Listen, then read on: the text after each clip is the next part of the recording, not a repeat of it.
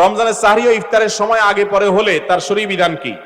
সাহরি বা ইফতারি যদি আগে বা পরে হয়ে যায়, কথার কথা ইফতারি টাইমের আগে করে ফেলেছেন, সূর্য এখনো ডুবে নাই, তাইলে ওই রোজা হয় নাই, ওটা আবার রাখতে হবে। আবার সাহরিটা যদি পরে হয়ে যায়, ফর এক্সাম্পল ফজরের ওয়াক্ত হয়ে গেছে, 5টা এত মিনিটে হয়, আপনি জানতেন না যে এত মিনিটে সাহরির সময় শেষ হয়, এই জন্য আরো 10 মিনিট পরে আপনি খেয়ে ফেলেছেন, তাহলে ওই রোজা হবে না, ওই রোজাটা আপনাকে আবার রাখতে হবে। অনিচ্ছাকৃত হয়ে থাকলে আল্লাহর কাছে মাফের জন্য গুনাহ হবে না, কিন্তু রোজাটা আপনাকে আবার রেখে দিতে হবে।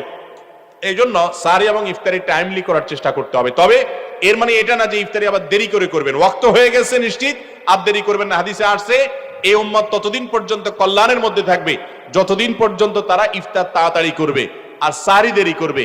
ইফতার তাড়াতাড়ি মানে বিকেল আসরের পরে না, আর সাহরি দেরি করা মানে ফজরের পরে না। আমরা ছোটবেলায় শুনতাম মুরব্বীরা অনেক সময় বলতো যে পশম দেখা যাওয়ার আগ পর্যন্ত খাওয়া যায়, এই জন্য অনেকে দরজা জানালা আটকায় নিত যাতে বাইরের আলো না আসে এবং বেশি সময় ধরে খাওয়া যায়।